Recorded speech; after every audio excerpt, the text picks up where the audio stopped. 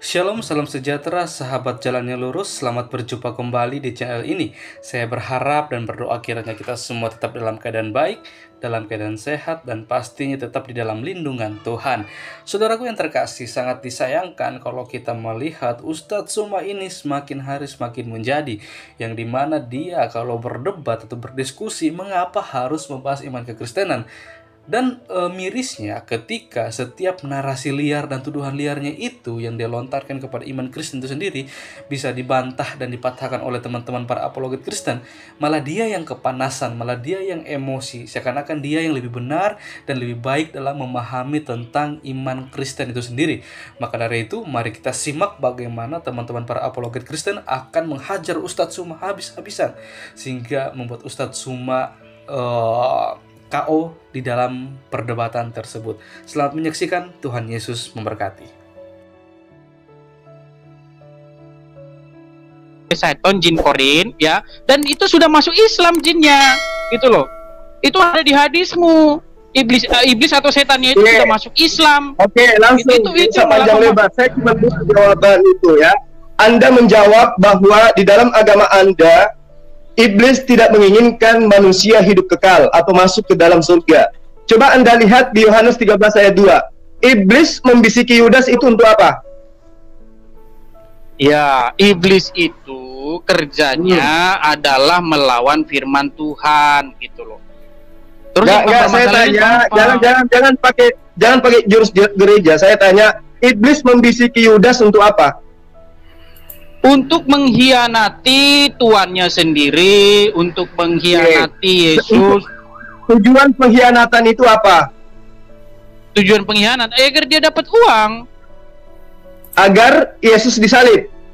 Oh enggak, tujuan dia agar dia dapat uang, bukan tujuan agar dia disalib. Enggak ada itu. Kamu bacalah dimanapun, kalau bisa kamu tunjukkan, saya sembah kamu.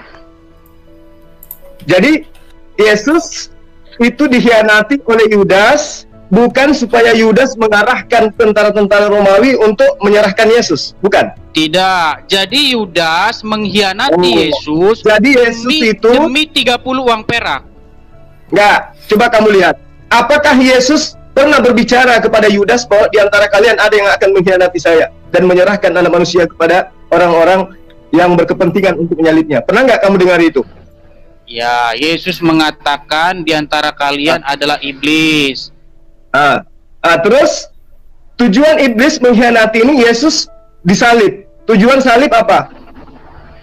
Tujuan salib apa? Ya. Maksudmu gimana maksudmu? Aku tanggapin. Jawab aja dulu. Ya.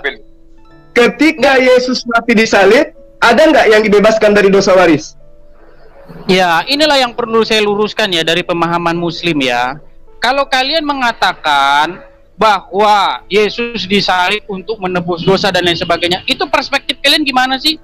Yesus mati di kayu. Dengarkan dulu. Jadi itu salah. Li, kalau kamu nanya, saya jelaskan, kamu diam gitu loh.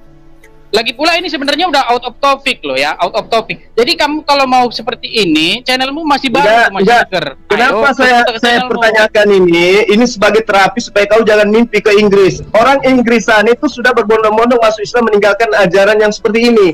Halu lagi kan. Nggak boleh halu, Pli. Oh, masih pagi, masih pagi loh. Aku tanggapin Bang Jul, sebentar. Silakan, Mbak. Ya, tapi Bang Suma, dia mau ke Inggris biar aja gitu, mengurangi beban di Indonesia juga kan. Biarlah dia daripada di sini nularin orang gitu kan. Oke, saya kasih Ginting, silakan Ginting. Ya begini ya, aku agak prihatin melihat teman-teman mengagungkan orang seperti Bro Zulkifli ini ya. Dia kitab suci. Sebentar dulu.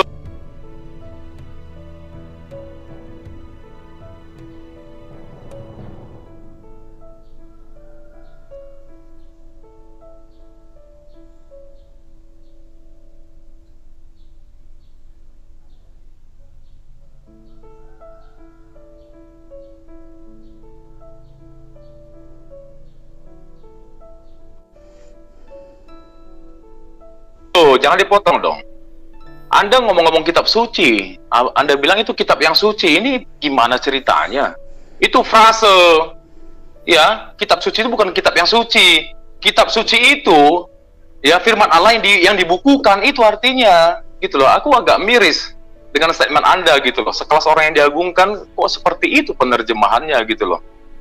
Ya tadi Edi sudah jelas bilangin masalah iblis itu udah dijawab. Tapi Anda memaksakan pola pikirnya Anda gitu loh. Iblis itu jelas ya kan. udah enggak. Supaya Kamu nggak usah nasihatin saya itu butuh selesai jawaban. gitu loh. Saya tidak butuh nasihat saya enggak. Ya, pertanggungjawabkan iman Anda. Jangan nasihat saya ngomong dipotong. Sekarang pertanyaan saya, tujuan iblis itu mau manusia masuk surga atau tidak? Bang itu Jul, aja jawab. Gimana nih? Saya ngomong dipotong. Saya nggak butuh nasihat dari Anda, mohon maaf kawan. Saya butuh jawaban supaya kalian tersadarkan agama kalian itu kayak apa gitu loh. Biar ku jawab aja, Ya. Le. Gini. Oh, gini silakan, Le. Gini, kemarin ente udah saya WhatsApp, ya. Buku mau saya kirim, itu jawaban yang antum tanya itu ada di buku semua gitu loh. Kenapa ente nggak mau gitu loh? Apa takut? Jangan bukunya, saya mau narasumbernya. Saya mau kamu, otakmu Edis, bukan bukumu. Saya maunya kamu. Jawab aja sekarang. Jawab sekarang. Kamu katakan iblis itu tidak mau manusia hidup kekal. Apa yang dipertontonkan oleh gereja dalam agamamu? Iblis apa yang dilakukan? Membuat Yesus disalib dan menyebabkan dosa kalian ditebus. Akhirnya kalian mendapatkan hidup yang kekal. Siapa propaganda? Iblis. Ya, ayo, saya kasih tahu ya. Oke, saya jawab ya gini. Sekalipun iblis merencanakan hal-hal yang jahat, tapi Tuhan membuat rencana jahat itu menjadi kebaikan. Saya kasih contoh ya. Saya kasih contoh aja sama kamu. Ketika saudara-saudara Yusuf menjual Yusuf ke Mesir dengan tujuan yang jahat, tapi Tuhan memakai tujuan yang jahat itu menjadi berkat. Yusuf menjadi raja di Mesir itu dan memberkati seluruh bumi dengan gandum. Nah, ketika iblis merencanakan untuk kematian Yesus, Tuhan mengubah itu menjadi berkat gitu loh. Ketaatan Yesus di kayu salib itu menjadi simbol ketaatan manusia gitu loh. Adam yang kedua, Adam yang pertama udah gagal. Ya gagal dia jatuh dalam dosa. Sedangkan Adam yang kedua yaitu Tuhan Yesus Kristus, ya Tuhan saya yang disembah. Ini Anda lagi berhadapan dengan saya. Saya bukan cuma Anda. Saya butuh jawaban sesuai data. Kamu nanya, saya butuh jawaban sesuai data. Saya bukan asumsi. Iya. Nah, mana Adam kedua? Yang mana Adam kedua? Ini mana dalilnya Yesus Adam kedua? Mau melebar Yus. Ada ini. Saya kasih. Ini orang baru kok. Jadi iblis mau Kristen itu masuk surga. Iya, jadi iblis merencanakan yang jahat ya. Tetapi sayangnya rencana iblis itu digagalkan oleh Yesus ya.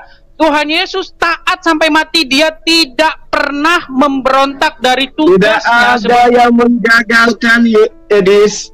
Malah tentara Romawi berhasil membunuh Yesus sesuai dengan keinginan iblis. Sekalipun tentara Romawi berhasil membunuh Yesus, tetapi Yesus membuktikan dengan mengalahkan kematian itu dengan bangkit dari antara orang mati, sehingga itu menjadi satu bukti bahwa Yesus adalah kebenaran dan hidup. Omongannya Yesus terbukti, akulah kebangkitan dan hidup. Barang siapa yang percaya kepadaku, ia akan hidup. Nah, beda dengan Muhammad. Yuk, sekarang masih di kuburan. Sekarang kau percaya nggak? Kau percaya nggak kalau Yesus itu? Kau percaya nggak kalau Yesus itu nggak bisa berbuat apa-apa dari diri? Percaya? Yesus mengatakan dalam Bible, aku tidak berbuat apa-apa dari diri sendiri. Kamu kalau Yesus itu mengaku? Saya percaya itu. Tuhan apa yang tidak bisa berbuat apa-apa dari dirinya sendiri? Tuhan apa tuh? Kamu ngerti nggak? Kamu ngerti nggak apa definisi Tuhan? Saya tanya sama kamu. Apa saya tanya Tuhan, pencipta alam semesta apa yang tidak bisa berbuat apa-apa dari dirinya sendiri? Dari mana kamu dapat definisi Tuhan itu adalah pencipta alam semesta? Dari mana kamu dapat? Ya jelas. Orang Islam itu mengakui pencipta alam semesta. Dapat itu dari mana? Kamu dapatnya dari mana? Sekarang saya tanya, apakah alam semesta itu betul tidak mampu berbuat apa-apa dari dirinya sendiri? Saya tanya kamu, definisi Tuhan pencipta alam semesta itu kamu dapat dari mana? Sebabnya Edis, kenapa saya jijik berdebat sama kamu? Karena kalau kamu ditanya baca buku saya. Mending kamu baca buku saya. Saya tidak di butuh buku saya itu saya butuh orangnya.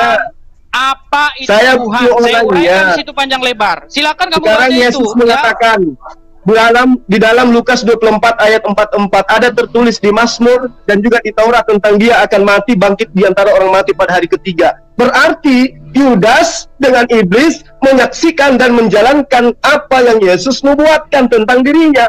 Berarti iblis di dalam Kristen menginginkan orang Kristen masuk surga. Itu kesimpulannya. Oke kawan? Beli, kamu lama saya tinggal loh. Kamu lama saya tinggal, tapi kok nggak ada saya nggak butuh peningkatan. mulut Gitu besarmu, loh. Edis, biar orang yang menyaksikan. Hari ini kamu nggak bisa apa-apa. Kamu hanya membuktikan iblis mau Kristen masuk ke surga. Pertanyaannya, surga yang mana dulu? Ya, itu asumsimu. Yang jelas-jelas tertulis di hadismu. Itu bukan asumsi, itu data loh. Bagaimana setan kemudian yang mengikuti Yudas Muhammad sudah masuk Islam. Itu yang harus kamu pikirin. Iblis membisikkan Yudas agar Yudas berkhianat ke Yesus. Akibat itu khianatnya, Yesus disalib. Akibat salib, Kristen dibebaskan dari dosa. Kristen dibebaskan dari Muhammad Tuhan. Kristen dibebaskan dari Yesus Adam kedua ada di 1 Korintus 15 ayat 47. Silakan dibaca. 1 Korintus 15 ayat 47. Enggak, itu di buku saya udah saya bahas, Bang. Iya, Bang. Di buku saya udah saya bahas panjang lebar itu, Bang. Iya, Bang. Silakan. Ya, di buku saya udah saya bahas panjang lebar. Jadi gini ya, saya di gini. Saya Yesus butuh ketaat. bukumu. Saya butuh kamu, Edis. Beli. Kalau kamu ilmu. Saya minta kedewasaanmu lah ya. Ya kan? Kedewasaanmu udah lama kamu saya tinggal loh. Ya. Harusnya kamu yang mikir, Edis. Harusnya kamu yang mikir. Ngapain kau bikin buku? Kamu nggak punya kapasitas apa-apa. Ya, Buku apa yang kamu buat? Aja, kamu itu bagi saya, Edis, bagi saya mohon maaf. Kamu itu hanya anak TK yang baca sampul buku kedokteran lalu kemudian buka praktek. Camkan itu baik-baik. Nggak apa-apa. Saya juga nggak minta pendapat. Yang baca buku itu pasien semua. Yang jelas kamu belum pernah pegang buku saya. Sentuh aja nggak pernah. Gimana? Iya, saya nggak pernah pegang bukumu, tapi saya sudah sering membuat pengarang buku itu babak belur kayak sekarang nih. Iya, kalau cuman klaim self proclaim gitu buat apa gitu loh? Boleh gue ngomong? Itu bukan klaim, itu fakta, Edis. Ini bro Zulkifli ini aneh loh. Pengertian kitab suci aja udah salah, mau ngomong yang lain lagi. Ginting diam dulu, Ginting ya. Ginting kau diam dulu. Kau hormati Bang Zuma. Diam dulu, Edis. Edis diam dulu. Bang Zuma ini bukan orang sembarang. Diam dulu kau. Diam dulu. Diam dulu. Kau jangan sembarangan. Bang Zuma ini kelasnya bukan kelas kau. Bukan kelas kau. Salah kok gimana? Biarkan saja. Biarkan saja dia ngomong sama Edis. Kau jangan numpang tenar di sini. Jangan numpang tenar di sini. Kalau ngomongnya salah kok. Jangan numpang tenar di sini. Kelasmu belum sampai. Kelasmu belum sampai. Biarkan aja, lu diam aja. Diam aja. Apa kitab suci? Diam aja. Diamkan aja. Biarkan Bang Zuma sama Edis. Kelasmu belum sampai. Kelasmu belum sampai. Diam aja. Udah diam ya. Main tuh. Apa diam aja. Ya, jangan numpang tenar. Jangan numpang tenar kepada Bang Zuma. Kau diam aja, biarkan Edis sama Zuma. Kalian sadar. Ini orang ada ilmunya. Dalam kitab Anda sama Bang Zuma. Gak ada ilmu gimana? Apa kitab suci coba? Kutanya. Coba jawab. Udahlah, itu kau nggak ada ilmunya. Apa kitab suci? Kelasku aja belum. Apa kitab suci? Hina-hina Bang Zuma. Ngomong banyak banget dulu. Gak ada ilmunya, udah diam aja. Apa kitab suci? Dengarkan aja Bang Zuma sama Edis. Diam aja. Diam aja. Gak perlu gua ngapain. Gak ada ilmunya. Gak ada ilmunya. Oke, jadi hari ini kita sudah membuktikan ya bahwa di dalam ajaran Kristen iblis menginginkan pengikut Kristen itu masuk surga. Data dalil saya sudah serahkan. Artinya bahwa siapa yang ingin masuk surganya iblis, silakan meluk agama Kristen. Itu dari saya. Nggak apa-apa, Beli. Kamu punya perspektif semacam itu, nggak apa-apa, saya hargain ya. Cuman itu tidak tertulis di dalam Bible-nya orang Kristen. Itu perspektif kamu ya. Kamu memandangnya seperti itu. Itu tertulis, Edis. Yang memanggil Yesus itu sebagai anak Allah siapa? Coba saya minta lah, cobalah kamu dewasa lah, gantian lah orang ngomong gitu loh. Kamu ngomong kan saya diam, saya jawab kamu gitu loh. itu perspektif kamu semacam itu, oke, nggak masalah ya, kamu punya perspektif yang salah, saya bilang gitu. Nah, tapi Muhammad itu ketika Aisyah bertanya Aisyah kepada Muhammad, apakah setiap orang diikuti oleh syaitan? Muhammad bilang iya. Apakah termasuk engkau juga? Iya, tapi setannya sudah masuk Islam. Justru setan yang masuk Islam itu dalam agama. Kamu salah di situ, karena kamu nggak bisa membedakan antara setan dengan jin. Kamu salah. Iya, intinya di tempatmu itu jin korin masuk Islam gitu loh. Itu aja, itu jelas-jelas ada gitu loh. Bahkan Muhammad ketika Muhammad dikatakan jika seorang laki-laki dan seorang perempuan berdua, yang ketiga adalah setan. Jadi sebenarnya gini ya. Kamu nggak bisa membedakan antara jin dengan setan. Itu payahnya di situ. Iya, kamu nggak bisa membedakan antara manusia dengan Tuhan. Di situ bedanya. Tuhan itu apa sih? Coba ada nggak kata Tuhan dalam Quran? Saya kasih tahu sama kamu. Nggak usah. Saya sudah tamat dengan pertanyaan kamu. Kamu nggak tahu di dalam dari Quran kata itu Tuhan ada kata Tuhan. Itu saya sudah paham itu ya. Ini udah lari kemana-mana kamu. Rasa bahasa Indonesia itu, Edis, ketika orang Indonesia berkata Tuhan, itu identik dengan pencipta alam semesta. Ngerti? Oh, nggak ada, salah itu. Baca buku terus saya. Yang kamu katakan Tuhan apa menurutmu? Yang Tuhan itu apa? Ya, saya bukakan satu ayat dalam Quran ya. Sebenarnya di dalam Quran maupun dalam Bible tidak ada kata Tuhan, yang ada itu kata ilah dan kata rob. Biasa. Nah, kamu dengarkan dengarkan penjabaran saya, dengarkan. Menurut orang Indonesia, kata Tuhan itu rasanya adalah mengarah kepada pencipta alam semesta. Paham? Mau kau definisikan apapun itu tentang Tuhan dalam Al-Quran, Tuhan dalam kitabmu, orang Indonesia mengakui Tuhan itu berarti berbicara mengenai pencipta alam semesta. Salah. Saya jawab Coba tunjukkan di Indonesia ini ada benda yang disebut Tuhan selain pencipta alam semesta. Silakan. Ya, saya jawab dengan kitabmu ya. Saya nggak butuh itu, Edis. Saya katakan samamu, rasa bahasa Indonesia mengajarkan orang Indonesia ketika mendengarkan kata Tuhan itu identik dengan pencipta alam semesta. Iya. Itulah kesalahan persepsi. Itu kesalahan persepsi. Kenapa? Karena Tuhan ini siapa yang salah? Siapa yang salah di situ? Salah persepsi umum. Kata Tuhan itu merujuk kepada satu jabatan, ya, Makanya kehadiran saya ini mewakili umum bahwa Tuhan menurut orang Indonesia pencipta alam semesta. Ya, itulah persepsi yang salah. Ya, saya cuma ngomong, kalau kita bicara terjemahan selesai kita. Di dalam Quran tidak ada kata Tuhan, yang ada kata Rob dan kata ilah. Nah, kata ilah dan kata Rob ini terjemahannya sebenarnya kata Rob inilah yang diterjemahkan sebagai Tuhan. Nah, ilah inilah mungkin yang kamu maksud. Sekarang saya tanya sama kamu, apa definisi ilah dalam bahasa Indonesia yang benar? Ilah sembahan. Salah lagi kamu. Dari mana kamu dapat itu? Dari mana kamu dapat itu? Coba. Saya salah. Coba kamu. Coba giliran kamu. Saya luruskan kamu ya. Apa definisi ilah yang benar ya? Saya luruskan. Al-Jatsiyah ayat 23. Al-Jatsiyah ayat 23 berkata, maka pernahkah kamu melihat orang-orang yang menjadikan hawa nafsunya sebagai ilahnya? Sekarang saya tanya sama kamu, ada nggak orang yang menjadikan hawa nafsu sebagai ilahnya, berpikir bahwa nafsunya itu adalah pencipta langit dan bumi? Ada nggak yang berpikir begitu? Nah, sekarang saya tanya samamu, apa definisi sembahan? Kan tadi saya mengatakan ilah itu sama dengan sembahan. Nah, sekarang sembahan itu apa? Ilah itu definisi sembahan itu apa? Ayo, supaya kamu cerdas sedikit. Kita bukan bicara. Kamu kan menanggapi saya. Kamu kan nanggapin saya. Ilah menurut saya adalah sembahan. Kamu larikan ke ayat suci Al-Quran dengan terjemahan menghambakan atau membetulkan hawa nafsu, ya kan? Nah, sekarang menyembah itu apa maksudnya? Enggak, kita nggak bicara bahasa Indonesia. Kita bicara ilah, apa terjemahan ilah yang benar ke dalam bahasa Indonesia. Saya bukakan kamu contoh Al-Jatsiyah 23. Pernahkah kamu melihat orang yang menjadikan nafsunya sebagai ilahnya? Ilah di situ digunakan. Sekarang dengar dulu. Ilah itu sembahan. Dengar seseorang itu menghambakan dirinya ke syahwat. Dengar dulu yuk. Saya tidak perlu dengar. Kamu dengarkan saya, kamu tanggapin, saya dengarkan kamu, saya tanggapin. Kamu siapa emang?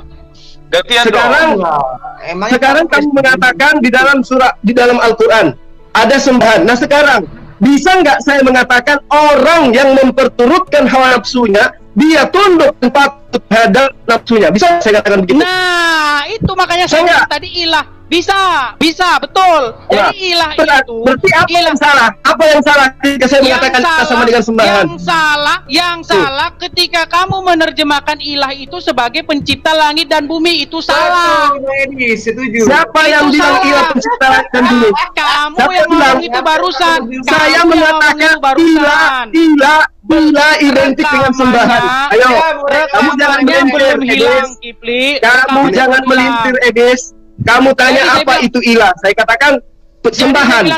Mana saya katakan ilah itu pencipta alam semesta? Tuhan itu bisa merujuk kepada setan, bisa merujuk kepada siapapun. Ketika kamu jadikan dia berotoritas, itu sudah benar. Itu sudah benar. Yang saya katakan sama dulu, Tuhan menurut Indonesia itu adalah pencipta. Saran saya sama kamu, baca buku saya, di situ saya uraikan semua. Nah sekarang ketika Anda tanya apa arti ilah, saya katakan sembahan. Anda melarikan ke ayat Al-Quran dengan menggunakan terjemahan. Saya katakan, apakah orang yang memperturutkan hawa nafsunya bisa dikatakan dia menyembah hawa nafsunya? Dia tunduk dan taat pada nafsunya. Saya sepakat dengan kamu. Saya sepakat dengan kamu. Apa yang salah di situ? Oke. Sekarang saya tanya sama kamu. Ketika kamu menuruti iblis, berarti kamu menjadikan iblis sebagai Tuhan. Betul? Sepakat nggak kamu? Sepakat nggak kamu, saya tanya? Betul. Oke. Betul. Itu berarti dia menghambakan diri. Betul.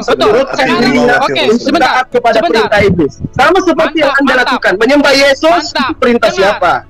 Ustaz Zuma, sebentar. Edis, sabar dulu. Bang Zuma nih, nggak seru, Enggak. Saya luruskan. Sebentar, Alwan. Saya luruskan sedikit, Alwan. Edis, sabar. Sedikit, bicara ya. Please, sedikit, Alwan. 20 detik. 20 detik, Alwan. Sebentar, please. 20 detik. Enggak, ini harus saya luruskan. Ini harus saya luruskan. Saya tahu begini. Sabar dulu, Edis, sabar. Enggak, 20 detik aja. Sebentar, sabar dulu. Saya baru bicara, dengarkan saya baik-baik. Saya tahu nanti ujung-ujungnya kamu kata kembali lagi kepada atiullah wa atiur rasul, berarti mentaati Muhammad, berarti menyembah Muhammad, begitu kan? Itu kan sudah basi, sudah diulang-ulang. Betul. Iya, dan itu sudah Bang Jul, dimoderasi aja Bang Jul.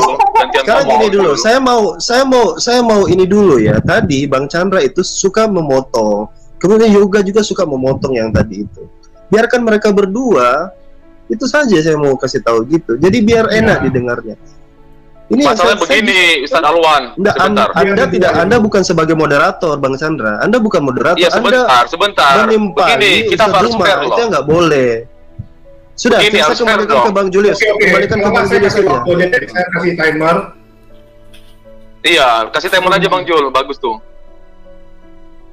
Saya begini, kalau saya usul gini, kita ambil per beberapa menit ya, misalnya Ustaz Zuma, lalu Pak Edis, lalu Rinslayer juga ya, ada, betul. Kita ganti-gantikan aja ngobrol. Betul, kasih timer aja. Iya, karena lu bukan nyalanin tadi ginting, lu cuma motong-motong. Oke, saya kasih timer, kira-kira gimana Bang Zuma sama Bang Edis? Boleh, nggak apa-apa. Biar saya selesaiin dulu Kipling di sini. Sombong loh. Iya, tapi mungkin waktunya aja, karena di sini juga sudah menjelang zuhur dengan Ustaz Zuma. Saya sih begini, Edis, kalau saya tanggapin dulu ya sebelum saya keluar, saya izin live ya. Pertama, narasi itu sudah basi juga, sudah kita jelaskan berkali-kali. Saya nggak tahu seberapa temboknya muka Anda menjelaskan itu dan tidak capek-capeknya gitu. Saya sudah katakan al-ilah dulu. Ada kata alif lam itu bermakna ma'rifah. Kalau dia bermakna ma'rifah berarti itu khusus lillahi, khusus untuk Allah. Ar-Rabb, ada alif lam di situ. Lam mau gantiin Zulkifli, mau gantiin Zulkifli kamu? Saya ketika misalnya kemarin saya tanya kamu apa bahasa God dalam bahasa Aramaik, kamu jawabnya apa? Allah, ya kan? Iya. Kan? Berarti iya, kamu memang harus akui dulu bahwa kamu salah. Betul tidak? kok salah dari mana? Bahasa Arabnya, bahasa Arabnya God. Itu syariat. Bahasa Arab. Itu syariat. Allah. Ya, kamu tahu nggak bedanya Syria sama ini? Beda. Sama Syria sama Arab? Iya, itu beda logat. Itu beda logat, Alwan. Kamu ngerti apa? Kami ini pegang pesita. Alwan, kamu punya pesita nggak? Saya tanya sama kamu. Kamu punya pesita nggak? Saya tanya kamu. Kamu ngerti nggak apa pesita? L apa pesita? Dengan elaha itu beda. Itu saja kamu tidak bisa bedakan. Oke. Saya cuman kasih permisalan kedua. Kamu tidak bisa bedakan tentang jin, kamu anggap setan. Korin itu artinya sahabat, seperti korin, sesuatu yang sangat dekat. Kamu anggap dia setan. Dapat dari mana sumbernya? Saya tanya kamu. Saya tanya sama apa kamu. Itu setan, apa itu jin? Bisa bedakan tidak setan dengan jin. Ini melebar. Kamu mau bantuin Zulkifli? Enggak, kamu bantuin Zulkifli berdua. Tidak. Saya tidak ingin karena Ustadz Zulkifli sendiri kamu aja sudah lebih Bang Alwan katanya mau closing. Bang Alwan mau closing, katanya udahlah pergi aja sana. Karena saya ditimpali, makanya saya coba untuk menerangkan. Oke, jadi ketika misalnya sudah dua orang bantuin Zulkifli nggak apa-apa, dua orang. Enggak. Bantuin. Sudah mau zuhur. Oke, saya serahkan waktu ke Ustadz Zuma dan teman-teman yang lain. Tapi saya ingin sampaikan seperti ini gitu. Bahwa ketika itu sudah diterangkan dan itu sudah berkali-kali, coba masuk ke area yang lebih baru lagi. Kamu hanya memperpanjang sesuatu yang sudah, dan bosannya kan di situ. Kamu takut Zulkifli mau saya hajar yang ini. Yang kedua, Bang Chandra ini juga emosionalnya nggak terjaga, ingin menimpali, ingin masuk, ingin memotong. Tapi masih mending lah. Ingin membela. Biasanya dia nantang orang yang memang. Iya. Belum sampai itu. Iya, oke, saya izin dulu ya. Saya closing apa, Jul? Nanti biar ladies sama Bro Juli aja berdua nggak apa-apa. Ya, makasih ya Bang Jul ya. Jadi begini ya. Ini Bro Alwan ini terlalu banyak framing dan segala macam. Aku nggak simpati juga jadinya gitu loh. Kita harus fair lah. Dari tadi, perhatiin ya, dari tadi. Gitulah Edis ngomong ditimpali. Itulah Bro Zulkifli ngomong nggak kita timpali kok sebenarnya. Gara-gara dia sering timpali cuma nggak ke topik kok. Oke, terakhir. Nggak ke topik. Oke, terakhir gini. Oke. Aku kasih kata aku ngomong si Bang Jul dari 2 Petrus 2 ayat 12. Tetapi mereka itu sama dengan hewan yang tidak berakal, sama dengan binatang yang hanya dilahirkan untuk ditangkap dan dimusnahkan. Mereka menghujat apa yang tidak mereka ketahui, sehingga oleh perbuatan mereka yang jahat, mereka sendiri akan binasa seperti binatang liar. Makasih banyak Bang Jul, salam damai. Makasih Bang Ginting. Ya, ini Bang Ginting sering sekali bercerita dan entah kenapa ya, ceritanya selalu mengingatkan saya kepada Bang Ginting dan teman-teman ya, kayak tadi kan cerita tentang kawannya ya, 2 orang, satu yang nggak punya kemampuan tapi iri aja karena teman satunya menonjol ya, terus dia pernah cerita juga yang lain-lain yang mirip sama dia gitu, luar biasa. Oke, sebenarnya dari tadi kita juga udah nggak masalah ya antara Bang Zuma sama Bang Edis. Kalau bilang nggak memotong, perasaan dua-dua saling memotong ya, dua-dua saling memotong, tetapi yang pasti yang lain tidak ada yang nimbrung gitu. Bang Slayer nggak nimbrung, terus Bang Alabibi nggak nimbrung, yang lain nimbrung. Bang Tikus sama Bang Ginting yang nimbrung, udah tuh nimbrungnya itu bukan kasih solusi, tapi ikut-ikutan ribut gitu. Kalau Bang Awan saya biarkan karena dia kasih solusi gitu.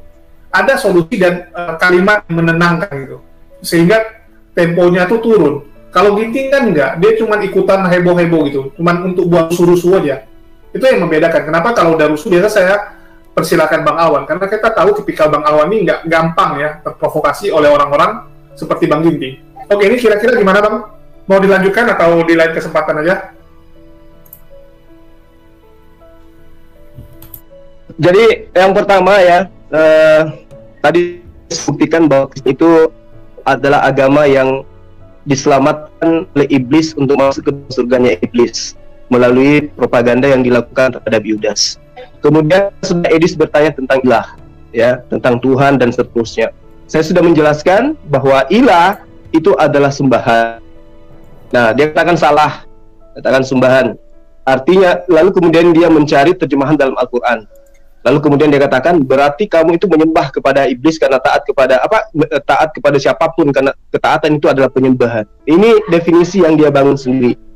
Padahal ketika dia mencoba untuk mengatakan pada Rasulullah SAW itu juga adalah penyembahan, berarti Itu salah di situ. Karena status Rasulullah hanya sebagai Rasul. Status Allah kepada Allah berarti ketaatan kepada Tuhan. Ketaatan kepada Rasul berarti ketaatan kepada utusan Tuhan. Ketaatan terhadap Allah dan ketaatan terhadap Rasulnya itu berbeda. Makanya Yesus mengatakan, siapa yang dia percaya kepada yang telah mengutus aku, siapa yang mengimani aku berarti dia percaya kepada yang mengutus aku. Selalu identiknya kepada yang mengutus. Makanya orang-orang yang menyembah kepada utusan itu kesesatannya di situ. Kami taat kepada Rasulullah. Taat apa? Taat untuk mengikuti perintahnya, untuk menyembah kepada Allah. Nah, kalau taat kepada Rasul dalam arti kata seperti apa yang dipertontonkan Kristen, mereka mengaku pengikut, tapi ujung-ujungnya dia menyembah Yesus. Itu sudah salah di situ. Ketika kita menganggap kita taat kepada Rasul, taat kepada Yesus, berarti taat kepada ajarannya, perintahnya, itu sudah benar. Nah, sekarang pertanyaannya, apakah Kristen ini taat kepada perintah Yesus? Itu yang jadi masalah. Tidak ada ketaatannya. Mereka cuma mengaku pengikut. Dalam prosesi keagamaan mereka, tidak ada satupun ketaatan terhadap Yesus. Mereka malah menyembah. Sama seperti Musa. Ketika Musa datang, dia sebagai juru selamat. Dia datang membawa keselamatan bagi Bani Israel. Dia adalah utusan Tuhan. Dia adalah Nabi. Kemudian Bani Israel menyembah dia. Dia telah datang memberikan sesuatu yang sangat luar biasa. Belah lautan, membuat baja bisa hidup, membuat ular bisa membuat orang sakit itu sembuh dan seterusnya. Apakah kemudian dia disembah? Tidak. Yesus datang, dia memberi mujizat. Apakah orang Yahudi pada saat itu juga menyembah Yesus? Tidak. Musa aja mereka tidak sembah, apalagi Yesus. Bagaimana dengan Kristen? Dia ini penumpang gelap, menyembah Nabi, menyembah Rasul, dan sebenarnya itu sudah menghinakan agama Samawi, agama langit, agama Samawi. Mereka Kristen ini menghina agama Samawi dengan mengatakan utusan Tuhan, utusan yang berupa Nabi itu mereka sembah dan mereka tuhankan. Dia sandingkan dengan pencipta alam semesta. Itu makanya muncul pertanyaan saya tadi di awal, apakah iblis itu menginginkan manusia masuk ke surga? Jawabannya tidak. Tapi di dalam praktek keagamaannya, iblislah yang menjadi dasar terjadinya penyaliban sehingga orang Kristen dibebaskan dari hukum penghambaan terhadap Tuhan dan dibebaskan dari aturan-aturan Tuhan. Kristen merdeka dari semua itu karena propaganda iblis. Artinya Kristen akan dimasukkan ke dalam surganya iblis. Saya kira seperti itu, Adinda Julius, karena di sini udah azan. Nanti kalau misalnya benar-benar tim kita, ya tim saya itu sudah mengizinkan saya berdebat dengan Edi, sebenarnya saya mau, teman-teman nggak mau. Tapi kalau dia selalu bermulut besar seperti ini, saya siapkan waktu untuk dia. Demikian sementara. Kamu saya kasih waktu untuk mempersiapkan diri. Enggak, Zulkifli saya kasih waktu untuk mempersiapkan diri untuk menghadapi saya. Saya cuma mau jelaskan gini ya, orang Islam dan juga orang Kristen kebanyakan ya, itu tidak bisa membedakan apa itu avodah atau ibadah dengan menyembah. Ya, jadi gini, yang perlu saya luruskan begini. Arthur Jeffrey dalam bukunya The Foreign Vocabulary of Quran memasukkan kata ibadah di dalam Quran itu sebagai kata yang dipinjam dari bahasa Ibrani. Saya luruskan ya, saya luruskan. Jadi arti ibadah ini itu sering dipahami orang sebagai suatu ritual kegiatan acara keagamaan ya, misalnya berdoa di gereja, sholat di masjid, dan kegiatan-kegiatan acara agama sebelumnya. Jadi maksud saya gini ya, kebanyakan orang mengartikan ibadah adalah sebuah ritualisme belaka, padahal arti dari ibadah sesungguhnya bukanlah itu. Definisi sempit semacam itu terjadi karena sesungguhnya masyarakat yang menggunakan kata itu sebagai bahasa sehari-hari tidak memahami arti dari mana asal-usul kata itu dan apa arti kata itu menurut dari mana kata itu berasal. Kata ibadah secara etimologi ya berasal dari bahasa Ibrani dari kata avodah, yang artinya adalah bekerja, mengerjakan, melayani, menghambakan diri, atau mengerjakan sesuatu yang diperintahkan kepadanya. Saya kasih contoh, jika Tuhan memerintahkan Anda untuk jangan mencuri, kemudian Anda melakukannya, maka itu adalah ibadah Anda kepada Tuhan. Sebaliknya, jika iblis atau roh jahat memerintahkan Anda untuk berzina, melacur, main judi, dan lain sebagainya, kemudian Anda menurutinya, itu juga bentuk ibadah Anda kepada roh jahat. Jadi dengan menyadari definisi ibadah yang benar, maka seseorang akan lebih sensitif menyadari keberadaan dirinya, kepada siapakah dia beribadah sesungguhnya, kepada siapa dia sedang beribadah. Sebab banyak orang mengira dengan tidak melakukan upacara penyembahan terhadap roh jahat, maka dia berpikir tidak sedang beribadah kepada roh jahat. Padahal dia sedang beribadah kepada roh jahat ketika orang tersebut misalnya melakukan pesta narkoba, pesta seks, korupsi dan lain sebagainya. Nah, jika Yesus memerintahkan untuk berbuat begitu dan begitu, lalu saya melakukannya, ini adalah bentuk ibadah saya kepada Yesus. Sebaliknya, jika Allah memerintahkan Muslim untuk begini dan begitu, lalu Muslim melakukannya, itu adalah bentuk ibadah Muslim kepada Allah. Nah, itulah betapa pentingnya untuk menyadari apa sebenarnya arti ibadah. Orang Kristen percaya bahwa Yesus adalah Sang Firman yang menjadi daging, yang hidup, ya, firman Tuhan yang hidup. Jadi, firman yang diajarkan Yesus juga adalah firman yang diajarkan Bapa. Ketaatan kepada Yesus adalah sama juga dengan ketaatan kepada Bapa yang mengutusnya. Melanggar perintah Yesus adalah juga sama dengan melanggar perintah Bapa yang mengutusnya. Beribadah kepada Yesus secara otomatis juga beribadah kepada Bapa yang mengutusnya. Nah, pertanyaan saya sekarang, tolong Muslim jangan menggunakan standar ganda. Pertanyaan saya begini, apakah kalian beribadah kepada Muhammad? Sebab bukankah kalian mematuhi Muhammad sama seperti kalian mematuhi Allah?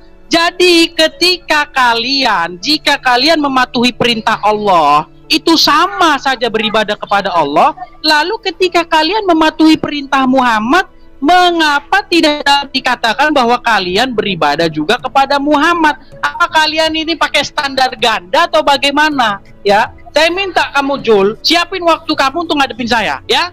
Saya minta waktu kamu untuk ngadepin saya. Biar kamu saya tatar dulu kamu, biar tobat, ya. Silakan. Luar biasa, Bang Edis. Kamu itu menjadi Kristen karena taat kepada Paulus. Apakah boleh saya katakan kau menyembah Paulus? Mentuhankan Paulus?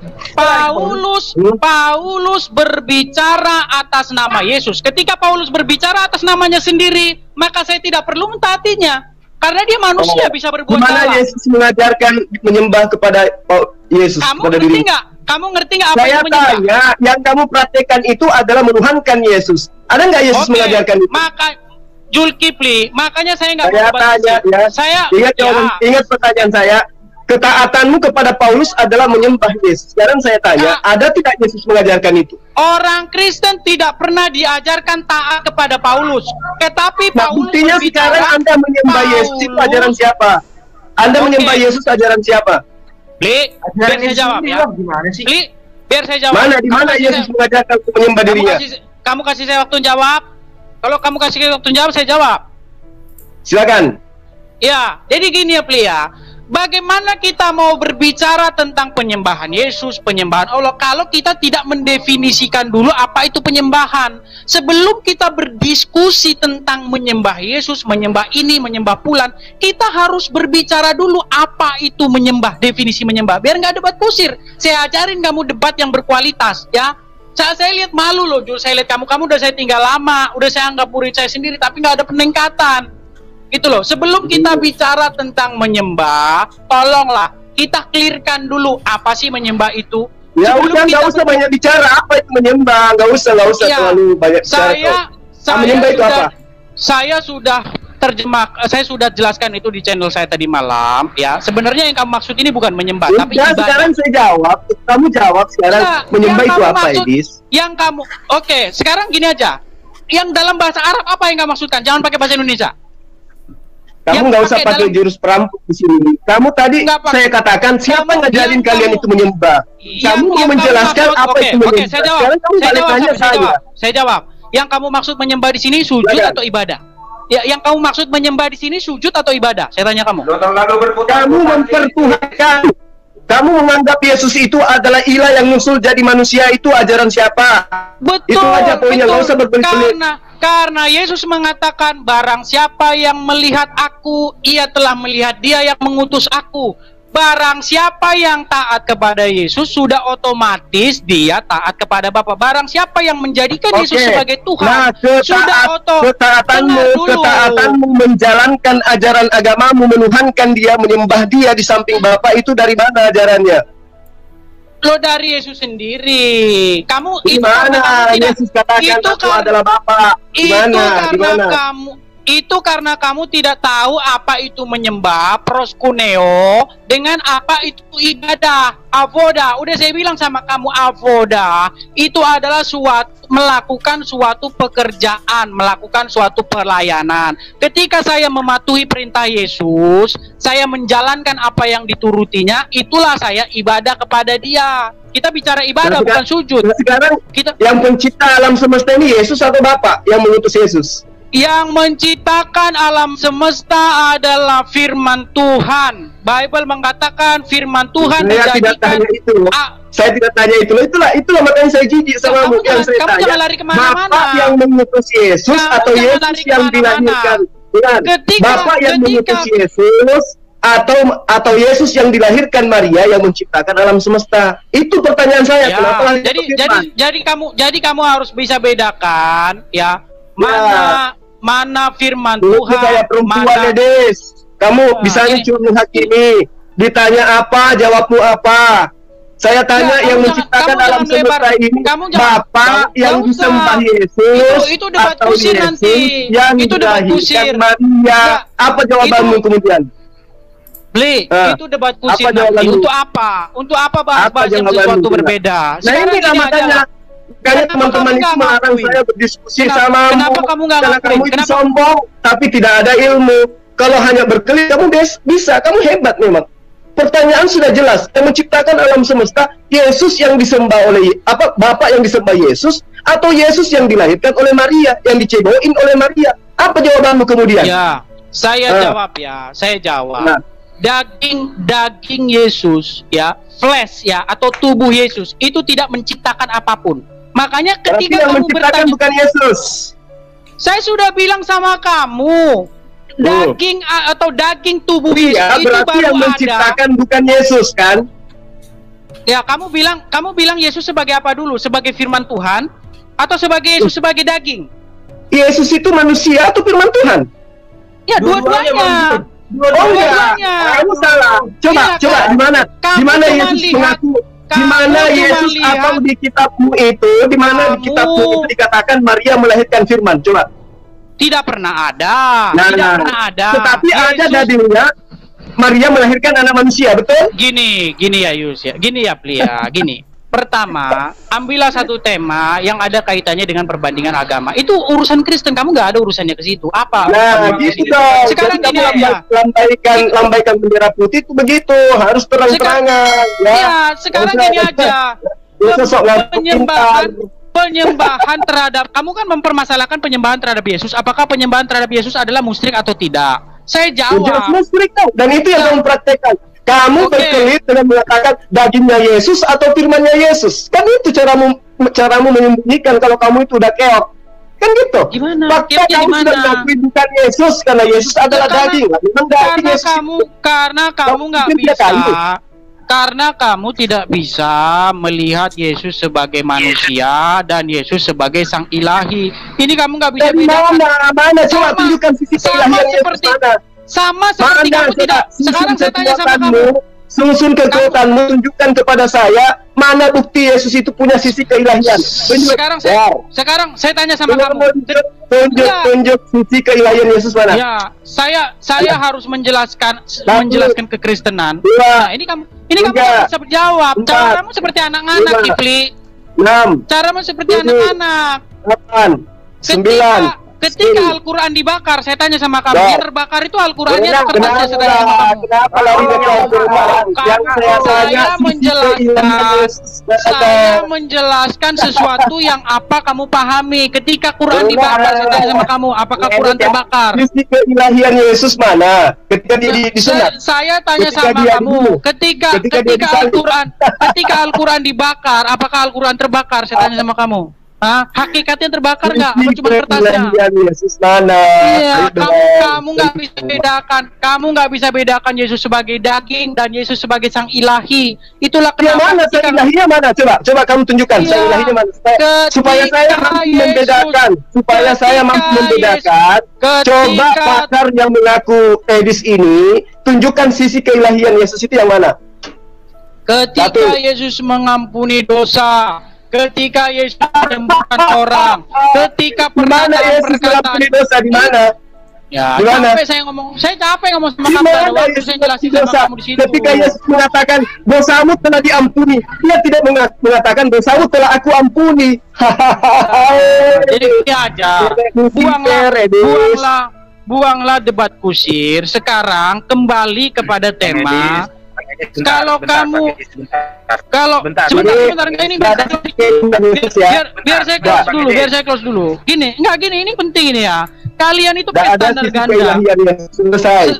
Pli, kamu dari tadi ngomong saya diam loh. Gini deh ya. Ketika kamu mengatakan, ketika saya mematuhi perintah Allah, contohnya, ketika Allah memerintahkan untuk sholat, kemudian saya patuhi itu dan saya lakukan, itu adalah bentuk ibadah. Kamu sepakat di situ, ya, pakai standar yang mantap. Tapi ketika saya bilang, ketika kamu mematuhi perintah Muhammad dan melakukannya, kamu bilang, oh nggak ibadah. Ini yang saya bilang, kamu standar ganda. Kami nggak pakai standar ganda. Juga loh. Siapa bilang itu bukan ibadah? Siapa? Kapan saya katakan itu bukan ibadah? Jadi kamu beribadah kepada Muhammad? Hah? Bukan ibadahnya kepada Muhammad. Perintahnya apa? Ada nggak? Ada tidak ibadah yang dilakukan penyembahannya untuk Muhammad? Ada nggak? Tunjuk dalilnya. Ketika kamu mematuhi semua perintah Muhammad, apakah kamu tidak menyembah Muhammad?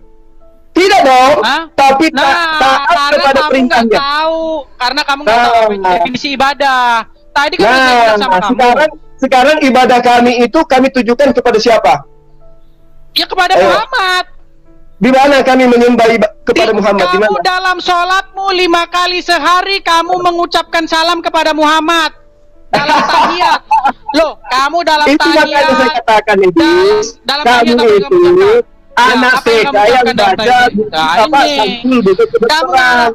Di dalam tahiyat kamu mengatakan Assalamu alaika ya ayuhan nabiyyu. Kamu ngomong sama siapa di situ? Waktu kamu sholat, kamu mengatakan Assalamu alaika ya ayuhan nabi, kamu ngomong sama siapa? Hah? Kita juga menyebut nama Abraham di dalamnya. Nggak pernah. Kamu menyebut nama Kami menyebut juga Abraham di dalamnya. Kamu menyebut nama Abraham tidak secara langsung. Kami menyebut langsung namanya. Ketika kamu mengatakan Allahumma shalli ala Muhammad wa ala ali Muhammad kama shallaita ala Ibrahim wa ala Ibrahim. Apakah kamu tidak mengatakan kamu tidak mengatakan kami menyembah Ibrahim juga? Di situ kamu tidak sedang berbicara kepada Muhammad ataupun tidak sedang berbicara kepada Ibrahim, karena kamu mengatakan Allahumma yang baca sampul buku kedokteran lalu kita praktek. Ketika kamu mengatakan Allahumma sholli, ketika kamu mengatakan Allahumma sholli, kamu tidak berucap kepada Muhammad, tidak berucap kepada Ibrahim, tapi ketika kamu mengucapkan Salamu alaika ya Nabi, kamu mengucapkannya kepada nabimu yang ternyata sekarang sudah tidak hidup lagi. Jadi kamu berdoa kepada orang mati, betul atau tidak? Betul. Terus penyembahannya di mana? Kepada orang penyembahannya mati. Di mana? Penyembahannya. Itulah penyembahanmu dalam tahiyat. Kalau dikatakan salamun al-nabi itu artinya apa? Kamu ngomong sama Muhammad di situ. Artinya apa? Ya, salam kepadamu wahai Nabi. Salam sejahtera kepadamu wahai Nabi. Kamu ngomong sama siapa di situ? Jadi kalau saya mengatakan salam kepada Edis, aku menyembah kepada Edis. Saya tanya kamu ngomong sama siapa ketika kamu mengucapkan Assalamu alaika ya Nabi, saya tanya. Ya, kepada Nabi. Nah, benar nggak kamu? Sekarang Nabi mau ada di mana? Masih hidup nggak? Oh, jadi harus hidup gitu. Loh, kamu berkomunikasi dengan orang mati dalam sholatmu, betul nggak? Jadi gitu. Jadi kalau misalnya saya mengatakan keselamatan atas berkomunikasi dengan orang mati, saya tidak ada itu artinya dia harus hidup gitu. Oke, bahkan saya yakin sholatmu tidak seperti yang Muhammad lakukan. Apakah Muhammad mengucapkan tahiyat? Apakah Muhammad mengucapkan Assalamu alaika ya Nabi? Dia mengucapkan itu enggak? Ya jelas dia melakukan itu karena dia memberikan contoh. Makanya dikatakan sabu kama ra'aitumuni usalli. Salat kalian sebagaimana kalian melihat aku sholat. Dan pengajaran sholat itu diajarkan oleh beliau. Coba.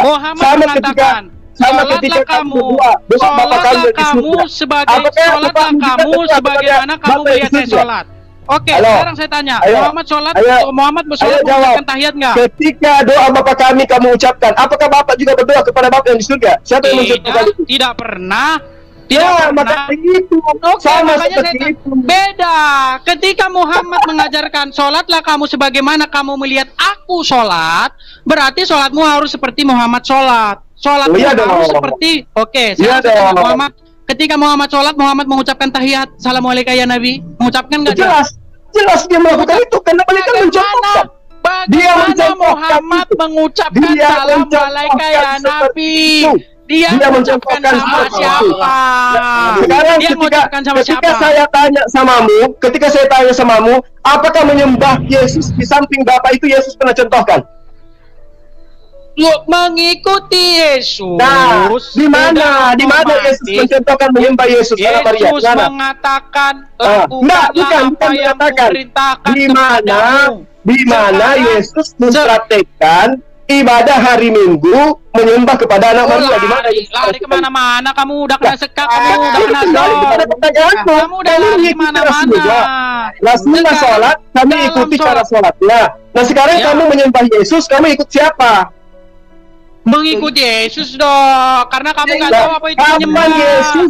Kapan Yesus mempraktekkan?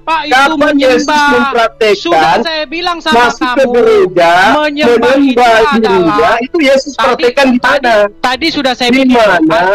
Di mana Yesus mempraktekkan dirinya menyembah kepada manusia bernama Yesus? Di mana? Tadi kita sudah bahas Ajasya 23. Pernahkah kamu melihat orang-orang yang menjadikan hawa nafsunya sebagai Tuhannya? Pernahkah kamu melihat orang-orang yang menyembah hawa nafsunya? Sekarang saya tanya, kamu sudah ada berita penting, tunggu dulu ya. Bang Zuma, si Walabu barusan ke telepon nih, mamanya Chris yang kemarin saya ada di tempat Bang Zuma, yang di Makassar, itu lagi live masuk ke tempatnya si Walabu. Mamanya ingin sampaikan, suruh minta tolong anaknya pulang, walaupun dia muslim nggak apa-apa, maksudnya dia udah terima gitu. Ini gimana? Dia mau bicara gimana? Kesana, ya udah, nanti coba videonya diambil lagi. Nafsunya memerintahkan dia untuk korupsi, untuk mencuri dituruti, itu artinya mentuhankan hawa nafsunya. Betul, Zulkifli sudah menjelaskan, jempol sama kamu, Pli. Tapi kenapa standar? Tapi kenapa standar itu? Tetapi kenapa standar itu tidak kamu gunakan ketika kamu menuruti Muhammad sebagaimana kamu telah menuruti Allah? Kamu tidak mau mengakui kalau kamu menyembah Muhammad. Nah, di situ salahnya kamu. Di situ salahnya kamu. Apakah kemudian apakah kemudian ketika kamu taat rambu-rambu lalu lintas itu artinya kamu menyembah rambu-rambu lalu lintas? Ya, secara definisi yang benar itu memang ibadah. Ibadah itu udah saya bilang tadi sama kamu. Iya, makanya saya katakan sama bukan pekerjaan. Ketika kamu taat kepada rambu-rambu lalu lintas, apakah kamu menyembah rambu lintas mentuhankan dia? Ya memang iya. Kalau kamu tidak menjadikan lampu merah itu sebagai Tuhan di perapatan, kamu jatuh kecelakaan. Itu namanya gila. Nah, itulah yang kena orang-orang Kristen kena di situ. Ketika Nabi Allah datang mengajarkan rambu-rambu untuk taat hanya menyembah kepada Allah, kalian menyembah justru yang membawa aturan. Ketika lampu merah mengajarkan berhenti, lampu kuning hati-hati, lampu hijau berjalan, justru kamu menyembah yang lampu merahnya. Di situ salahnya kamu. Ketika kamu mematuhi lampu merah, kamu meyakini bahwa lampu merah itu adalah otoritas. Orang yang taat kepada rambu-rambu lalu lintas itu bukan menyembah kepada rambu-rambu lalu lintas, tetapi taat kepada aturan pemerintah. Nah sekarang ketika Yesus datang mengajarkan rambu-rambu supaya menyembah kepada Allah, kamu justru menyembah kepada Yesus. Berarti kamu sama halnya menyembah lampu merah. Sholat itu di dalam benakmu, ibadah itu seperti itu. Ibadah itu artinya sholat di masjid. Itulah saya bilang definisimu salah. Udah saya bilang sama kamu, ketika kamu menuruti hawa nafsumu, mengikuti dia terus, apa yang dia suruh ini kamu ikutin. Kamu bilang, oh ya itu menyembah, kamu akui. Terus kenapa kamu tidak menggunakan standar yang sama, Kifli? Terhadap ya karena penyembahan, karena aturan ketaatan kepada Rasulullah, poinnya 100%, mendudukkan dirinya sebagai nabi, mendudukkan Allah sebagai Tuhan. Saya bilang kamu menyembah Muhammad. Kami taat pada perintah Nabi, berarti kami menabikan beliau. Kalau kami menuhankan Muhammad, berarti kami tidak taat perintahnya. Di situ kebahlulannya kamu. Sama seperti Yesus. Aku datang bukan atas kehendakku sendiri. Aku datang atas perintah Bapa yang telah mengutus aku. Aku tidak dapat membuat apa-apa dari diriku sendiri. Apa yang aku katakan adalah apa yang diperintahkan oleh Bapa untuk aku katakan. Salahnya kamu menyembah Nabi dan Rasul yang diutus untuk menyampaikan manusia untuk menyembah kepada Allah. Kamu menyembah sang utusan. Di situ errornya kalian. Paham enggak? Ya udah gini Bang Zul, apakah Tuhan mengizinkan poligami sedangkan Tuhan itu menginginkan sepasang-sepasang? Bukannya satu buktinya. Nah, jangan lari kemana-mana. Tuhan Ini yang aja, kau gini. sembah itu, Sebentar, Tuhan ini yang aja, kau sembah Kipli. bernama Yesus itu berasal dari keturunan poligami. Gimana tuh? Coba kamu gunakan standar yang sama. Kamu gunakan standar yang sama Al-Jatsiyah 23 ini ya. Itu dari keturunan istri keempat dari Nabi Daud. Tolong kamu gunakan standar yang sama. Ketika kamu menuruti hawa nafsumu, mengikuti taat. Saya tanya sama kamu Kipli. Saya tanya sama kamu Kipli. Ketika kamu menuruti, mematuhi perintah hawa nafsumu, saya tanya sama kamu menyembah hawa nafsumu nggak? Saya tanya. Menyembah, betul. Oke, betul. Sepakat. Kamu pakai standar yang sama ya. Gunakan standar yang sama ya. Ketika kamu mematuhi Muhammad yang setaraf dengan mematuhi Allah, Muhammad mengatakan barang siapa yang taat kepadaku, ia taat kepada Allah. Ya. Jadi ketika kamu taat kepada Allah, taat kepada Muhammad, itu udah otomatis kamu taat kepada Allah. Saya tanya kamu menyembah Muhammad nggak? Menyembah dalam arti kata taat untuk kemudian mempertuhankan Tuhan yang diperkenalkan oleh apa? Kamu menggunakan standar ganda. Sekarang begini. Kamu menggunakan standar ganda. Dengar gini. Ketika kamu berbicara mengenai ketaatan kepada hawa nafsu yang apa maksudnya? Contoh, hawa nafsumu memerintahkan kamu untuk berzina, misalnya, atau untuk mencuri, atau untuk mengambil harta orang lain. Kamu turuti dan kamu lakukan. Itu ibadah kamu, itu penyembahan kamu terhadap hawa nafsu, betul atau tidak? Betul. Betul atau tidak? Betul. Ketika Rasulullah saya taati, dia perintahnya kayak mana? Ketika Rasulullah saya taati, dia perintahnya kayak mana? Contoh misalnya, Muhammad membolehkan berbohong dalam 3 hal, sedangkan Al-Quran memerintahkan untuk mengatakan yang benar. Gimana? Kamu turuti perkataan Muhammad? Kamu menyembah Muhammad? Coba Anda jabarkan, di mana dia mengatakan membolehkan berbohong? Baca buku saya, biar kamu pintar. Baca buku saya. Di buku saya sudah saya tulis. Saya minta kamu yang menjelaskan, bukan buku. Kamu lagi berhadapan, saya lagi berhadapan dengan kamu. Kirim alamat saya kirim bukumu. Kalau kamu keberatan mengirim alamatmu, silakan kamu suruh orang lain menghubungi saya yang tidak saya kenal, saya kirim alamatnya ke dia. Dengan kamu sekarang, saya tidak berhadapan dengan bukumu. Coba tunjukkan di mana Muhammad mengatakan boleh berbohong dalam 3 hal. Ya. Sedangkan Al-Qur'an di dalam Al-Ahzab ayat 70. Di mana itu dikatakan? Di mana dikatakan Muhammad membolehkan berbohong 3 hal? Dalam hadis dikatakan kalian boleh berbohong dalam 3 hal. Apakah saya perlu menjelaskan ini lagi sama kamu? Hadis apa perlu saya jelaskan? Iya, saya tidak punya waktu Jul untuk ngomong sama orang awam lagi. Kalau saya tanya balik, benar nggak bahwa Paulus itu menjeratmu dengan kebohongan? Kamu sudah saya tinggal berapa Saya tanya samamu, kamu kan tidak mampu menunjukkan buktimu. Nah sekarang saya tanya balik samamu, apakah Paulus pendiri agamamu membolehkan berbohong demi untuk kemuliaan Tuhan? Boleh nggak? Jangan lari kemana-mana, Saya tanya sama kamu kan tidak mampu membuktikan tuduhanmu. Nah sekarang saya tanya samamu, apakah dalam agamamu pendiri Kristen dibolehkan melakukan pembodohan demi untuk mendatangkan kemuliaan Tuhan? Sekarang saya buktikan di mana Muhammad mengatakan boleh berbohong. Sekarang tinggal kamu kasih saya waktu atau enggak. Kalau kamu nyerocos terus, kamu jelaskan hadisnya, kamu jelaskan kayak mana hadis itu. Saya jawab ya. Saya jawab ya gini. Jadi ya, Al-Qur'an di dalam surat Al-Ahzab ayat 70 mengatakan ya, wahai orang-orang yang beriman, bertakwalah kamu kepada Allah dan ucapkanlah perkataan yang benar. Al-Ahzab 70, silakan kamu cek. Ingat ya, ayat Al-Quran tersebut sudah titik sampai di situ, tidak boleh diedit. Jadi menurut ayat itu umat Islam diperintahkan untuk mengucapkan perkataan yang benar. Titik. Bukan ucapkanlah perkataan yang benar kecuali dalam 3 hal. Nah, Zulkifli yang saya sayangi ya, walaupun kamu udah saya tinggal lama tapi nggak ada peningkatan ya, di dalam hadis saya kasih contoh Bukhari 2749, Tirmizi 1939. Muhammad mengatakan kebohongan dibolehkan dalam 3 hal. berbohong dalam peperangan, berbohong untuk mendamaikan orang yang bertikai, dan berbohong antara suami dan istri. Di sini kita tidak sedang berbicara apakah bohong dalam 3 hal yang disebutkan oleh Muhammad itu baik atau tidak. Kita nggak ngomongin itu.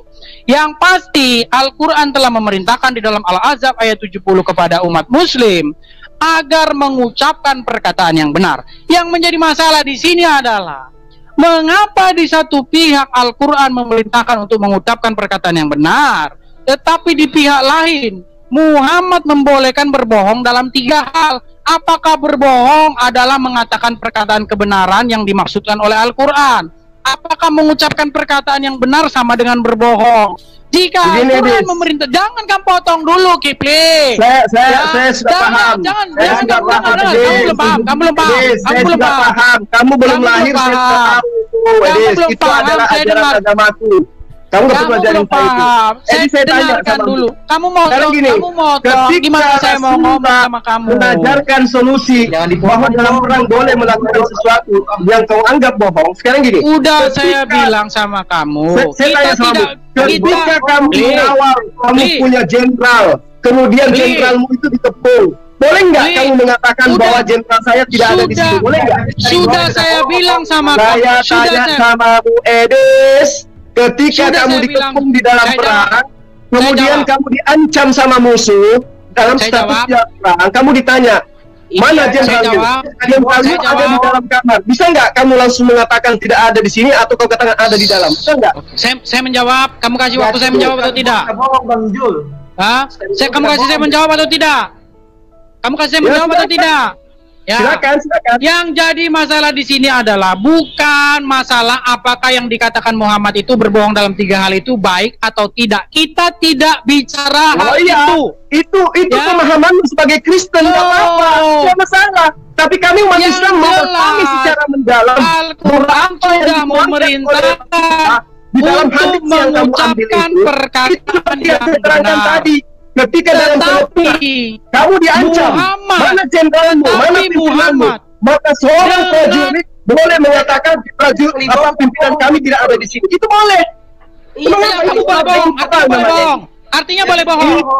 Artinya boleh bohong. Artinya boleh bohong tidak? Sekarang saya tanya sama kamu, ketika orang tuamu terancam.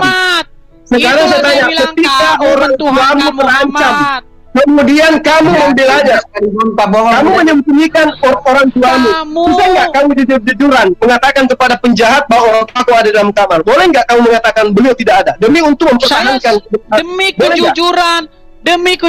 Tunggu. Kalau bahasan itu saya udah pernah bahas dan orang Kristen sendiri mengakui dia boleh menipu. Contoh ya, nih ini ada bukti ya Shalom. Misalnya contoh nih, bukti kanker ya, kanker stadium 4. Terus dokternya bilangin sama anaknya, mama kamu kondisinya tinggal menghitung hari.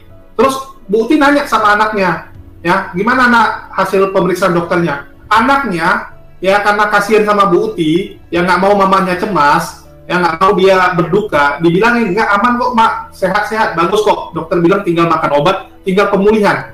Itu sering kita lihat ya bagaimana orang-orang di luar termasuk kekristenan ya menipu untuk hal-hal itu. Itu boleh nggak gitu?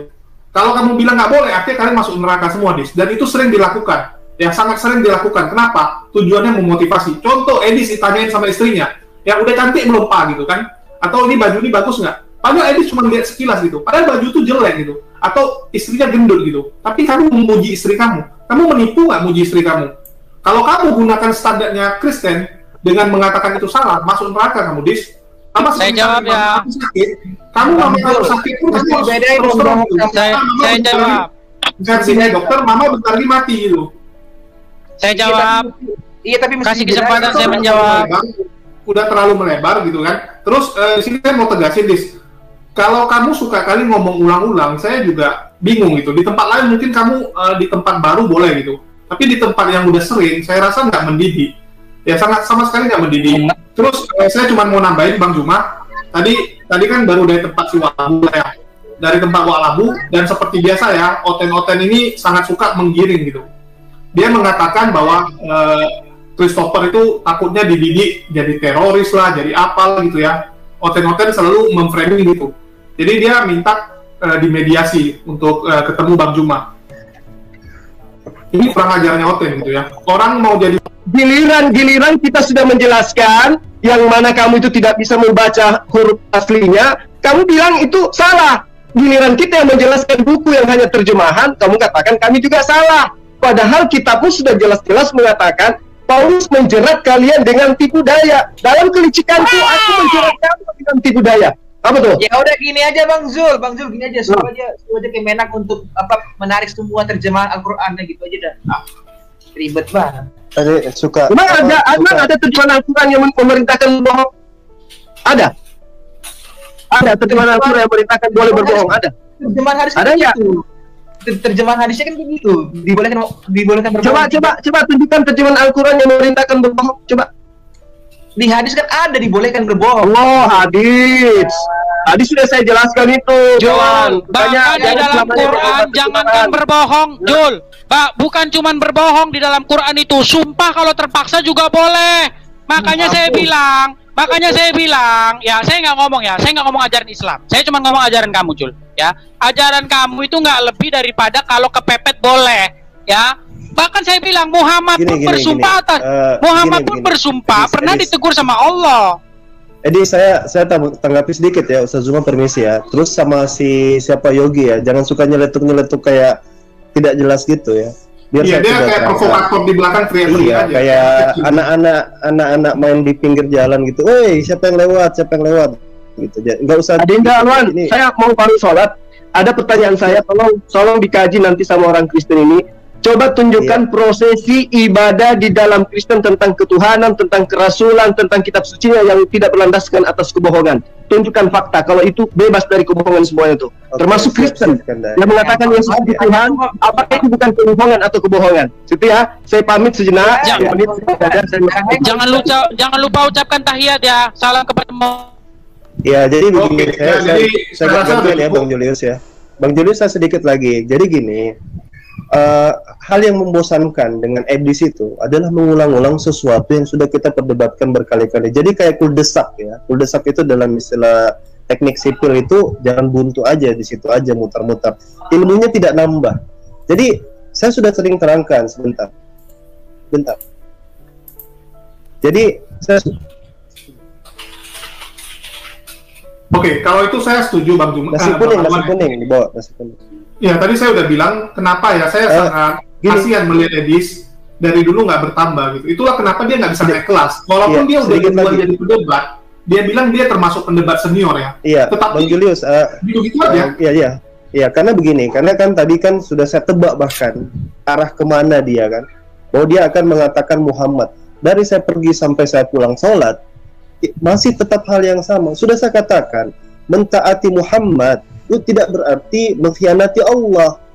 Karena Muhammad Rasulullah SAW sendiri mengatakan la ta'ati makhluk fi maksiatillah. Tidak ada ketaatan kepada makhluk, termasuk Rasulullah, termasuk Muhammad, dalam rangka bermaksiat kepada Allah. Jadi tidak mungkin bahwa Rasulullah itu memerintahkan sesuatu di luar daripada apa yang diperintahkan oleh Allah. Saya tunjukkan kalau Muhammad, saya tunjukkan. Dengar, nggak ini harus jangan biasa motong. Udah santai. Iya, santai aja. Jangan biasa motong. Layan tiku anil hawa, tidak berbicara dengan hawa nafsunya. Tadi dia kasih contoh misalnya. Hadis ini mengatakan boleh berbohong. Quran mengatakan tidak boleh berbohong. Kata siapa? Justru Quran itu memberikan taksis. Makanya dalam hukum Islam ada namanya hukum am, ada namanya hukum khas. Hukum umum, hukum khusus. Hukum babi haram. Dijelaskan di dalam hadis. Boleh dalam kondisi darurat. Hukum berdusta haram, tapi ketika dalam kondisi Anda terdesak, dalam perang, dalam rangka kebaikan, maslahat, itu namanya itu diberikan. Itu namanya taksis ya. Tunggu sebentar Putih, sahabat. Itu namanya istisnaat. Cari itu namanya hukum in condition ya. Jangan potong dulu. Ada kondisinya ya, nggak begitu ya. Sabar. Jadi misalnya begini. Inconditionally. Ya Allah, ini kok nggak bisa di kayak anak-anak lagi butin. Jadi misalnya ketika misalnya dalam Islam vaksin misalnya ada babi, ulama dalam hal tertentu menghalalkan karena memang kondisinya darurat. Lebih bagus, karena maksud daripada syariat itu adalah menjaga jiwa. Jangan sampai ada orang mati, itu lebih penting daripada segala sesuatu. Yang namanya maqasidus syariah. Yang kedua, ketika kita berbicara tentang taksis tadi itu, istisna itu tidak bisa dalam kondisi apapun itu terbukti itu harus ada. Pesawat ada pintu darurat, ya kan? Bagaimanapun ini pasti ada pengecualian. Mobil presiden, ambulans itu nggak bisa lewat lampu merah. Kalau itu misalnya, ini sudah berulang-ulang kali kita jelaskan, itu hukum Kristen itu tidak punya seperti itu, tidak ada istisna, tidak ada pengecualian. Jadi kalau misalnya Ibu Uti didatangi maling, suaminya sembunyi, satu keluarga semua di dalam kamar, dikatakan mana suamimu? Ibu Uti akan dengan lantang mengatakan, oh suami saya ada di kamar, bunuh saja mereka. Karena tidak ada hukum itu. Islam punya hukum itu. Kalau itu misalnya mengancam jiwa, jangan. Bohong boleh, itu lebih bagus. Jadi meninggalkan satu mafsadat daripada mafsadat yang lain. Mana mudorot yang lebih kecil kita lakukan demi dalam rangka untuk menghindari mudorot yang lebih besar. Ini keagungan Islam yang seperti ini kok dipersoalkan. Sebentar ada ibu saya ya. Saya nambahin ya, ini udah pernah kita bahas dulu. Udah sangat bosan kita bahas ya. Tunggu, ini udah sangat bosan kita bahas, di mana namanya peraturan pasti ada namanya kebijakan khusus untuk kondisi-kondisi tertentu. Ya sama seperti Bang Alwan bilang, ada namanya pintu darurat, ada hal-hal tertentu. Ini yang tidak punya di Kristen. Itu membuktikan apa? Ajaran Kristen bukanlah ajaran dari Tuhan. Tuhan nggak mungkin menyediakan, ya memberikan arahan, tetapi tidak memberikan tambahan, ya untuk kondisi-kondisi tertentu. Kalau Kristen apa? Kalau kalian mentok, kalian berdoa, minta Roh Kudus gitu, minta Roh Kudus. Jadi kalau sesuatu yang mereka baca di Alkitab itu nggak ada, mereka akan minta Roh Kudus, petunjuk. Begitu minta Roh Kudus, ya Bang Slayer dikasih petunjuk A, Bang Edis dikasih B, berbeda petunjuknya, berantemlah mereka. Itulah kenapa Kristen selalu berantem sesama Kristen. Karena itu berdasarkan Roh Kudus, bukan berdasarkan kebenaran dari Tuhan. Ya, jadi yang datang Roh Kudus atau Roh Setan kita nggak tahu. Ya, sama seperti yang saya cerita gitu. Bu Uti lagi sakit, maka harus jujur gitu. Padahal dia tinggal minta ya udah. Dia akan bilang, oh yaudah saya minta tuntunan Tuhan, saya doa dulu. Tuhan bilang, saya harus ngomong jujur atau gimana gitu. Ini yang nggak mungkin bisa ketemu. Dan saya rasa udah cukup. Dari tadi kita mutar-mutar nggak jelas aja sama Edis. Ya saya rasa udah cukup, Bis. Karena udah pernah kita bahas, itulah saya bilang. Ya di sini saya udah 30 kali kayaknya dibahas. Dari dulu, walaupun udah senior. Membosankan saja. Ya, maksudnya walaupun dia udah lama ya, dia pendebat senior lah, sama seperti Luga lah gitu ya, senior apapun lah. Senioritas tidak menunjukkan kualitas. Bisa jadi junior itu jauh lebih jago daripada senior. Kenapa? Juniornya cepat, dia belajar. Sedangkan seniornya ngapain? Ya mentok-mentok aja gitu. Nggak ada progresnya. Itulah Edis. Jadi kalau kenapa kamu ini tidak dihormati sama orang Kristen, ya penonton kamu pun dikit, itu hal yang wajar, Dis. Harusnya kamu introspeksi diri, bukan nyalain orang lain. Bukan nyalain, wah kenapa sih Juma begini gitu ya. Kenapa Walabu bisa ada pendukung gitu. Tadi kamu bilang kamu senior. Inilah harusnya kamu renungkan. Kenapa si Walabu bisa 100.000 subscriber, ya, terus yang lain bisa rame. Tadi kamu alasan, karena saya Kristen, kalian Muslim enak gitu. Sebenarnya, ya Kristen itu malah duluan. Banyak YouTube Kristen itu jauh di atas Muslim. Itu kita akui. Ya kamu lihat Pavel 88, Kanuru di atas kami. Dia udah 200.000. Walabu juga 100.000. Tetapi kan kualitas kamu nih kamu tunjukkan sehingga kamu bisa ngejar. Nggak masalah, Walabu duluan dari saya nggak masalah gitu. Yang penting saya konstan dengan kecepatan saya yakin suatu saat saya akan kejar dia gitu. Suatu saat saya akan kejar dia. Begitu juga dengan Goldian ya. Dia dalam waktu 1,5 bulan, 2 bulan ya, 2 bulan, lihat kecepatannya, udah lewati Bang Alwan secara jumlah subscriber. Jumlah penonton udah ngalahin semua gitu. Bahkan channel Muslim untuk bulan ini semua dilewati sama Goldian ya, termasuk saya. Saya 3 hari ini menang sih. Jadi total dia udah menang dari semua gitu. Artinya apa? Tidak menunjukkan apapun senioritas. Jadi jangan dikit-dikit kayak nenek-nenek yang dikit-dikit mau dihormati karena dia udah lebih tua. Ini kan ibarat nenek-nenek yang selalu ngomong, hormati saya karena saya orang tua gitu. Kamu mau dihormati, tunjukkan bukan gitu yuk. Bukan orang akan respect, akan hormat. Itu aja sih dari saya. Gini aja, Bang Julius, coba ditanya Edis ini. Edis, berapa kali kamu angkat tema ini? Berapa kali? Jujur aja dari hati kamu yang paling dalam. Di mana? Angkatnya di Karena mana? kalau saya menghitung ya, saya menghitung itu sudah seperti hampir 50 kali gitu. Iya, karena kalian itu kan cuma nanya nggak bisa dijawab, kalian nggak mau dijawab, cuma nanya doang, tapi nggak kasih kesempatan saya menjawab. Berapa kali? Berapa kali lo angkat topik ini? Itu pertanyaannya. Oh. Ya sudah lebih dari 2 kali karena kalian nggak nangkep poin saya. Bohong banget lo 2 kali baru ngangkat. Dengar dulu. Langsung aja saya rasa dapat juga ya. Daripada mutar-mutar nggak jelas. Biar gue izin closing statement dong. Silakan Ustaz Unggul. Ya, yang pertama ya, kayak Zakir Naik punya standar kepada siapa yang menantang ya. Donditan juga gitu. Rudi sampai jerawat batu pengen banget debat dengan Donditan. Tapi Donditan punya syarat, kalau bukan rektor minimal dosen sekolah tinggi teologi. Jangan, kalau bukan pendeta, minta didampingi sama pendetamu, itu standar ya. Tetapi inilah luar biasanya Bang Zuma ya. Saya sebenarnya nggak rela gitu loh. Jangan Bang Zuma, jangan tanggapi semua orang. Tetapi itu kan kelebihannya Bang Zuma ya. Siapapun dilayani, diberi kesempatan. Cuma orang kadang suka numpang tenar kayak Ginting tadi. Dia nanya, arti kitab suci apa? Arti kitab suci apa? Padahal dia membedakan Maria maminya Yesus dengan Maria Magdalena aja nggak bisa gitu loh. Ya, terus sudah dibuktikan banyak ayat-ayat kontradiksi, tambahan, sisipan, pengurangan ayat kembar di dalam BOB itu loh, nggak terbantahkan 276 seri. Nah kemudian mengenai Edis ya, ini tambahan udah dijelaskan matang banget. Tidak ada satupun orang di dunia, bahkan ateis sekalipun, pembenci Islam sekalipun, yang mengatakan bahwa orang Islam menyembah Nabi Muhammad. Tidak ada. Jadi Edis ngiri karena dia mentok ketika dibuktikan oleh Bang Zuma bahwa Kristen itu menyembah jalan, menyembah rambu, lalu dia mau setarakan cari remisan umat Islam menyembah Nabi Muhammad. Salah.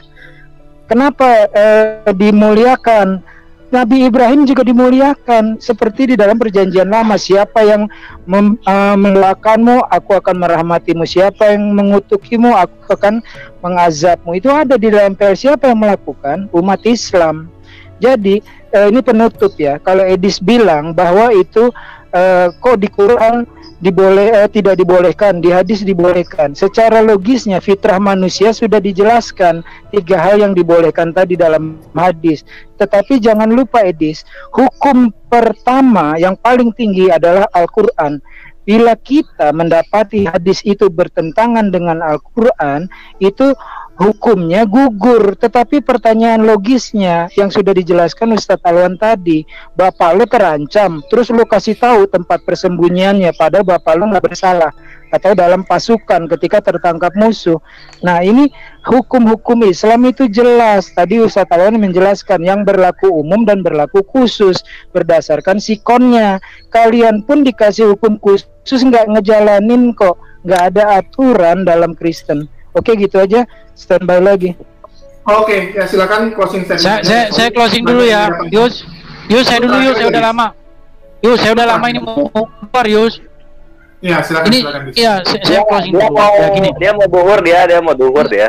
Udah lama loh saya udah ngisi bantu ngisi channelmu loh Yus. Ya tolong kasih kesempatan gini ya.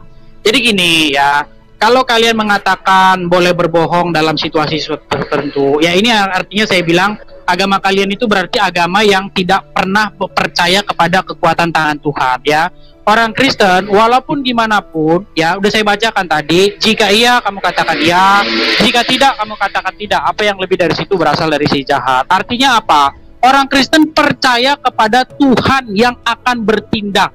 Nah sementara kalian walaupun dilarang berbohong, tapi nggak apa-apa kalau terpaksa. Itu artinya kalau kalian dipaksa harus nyembah berhala, ya nggak apa-apa, nyembah aja, kan terpaksa. Nah, ini yang saya bilang, kalian itu tidak pernah percaya kepada kekuatan tangan Tuhan, ya.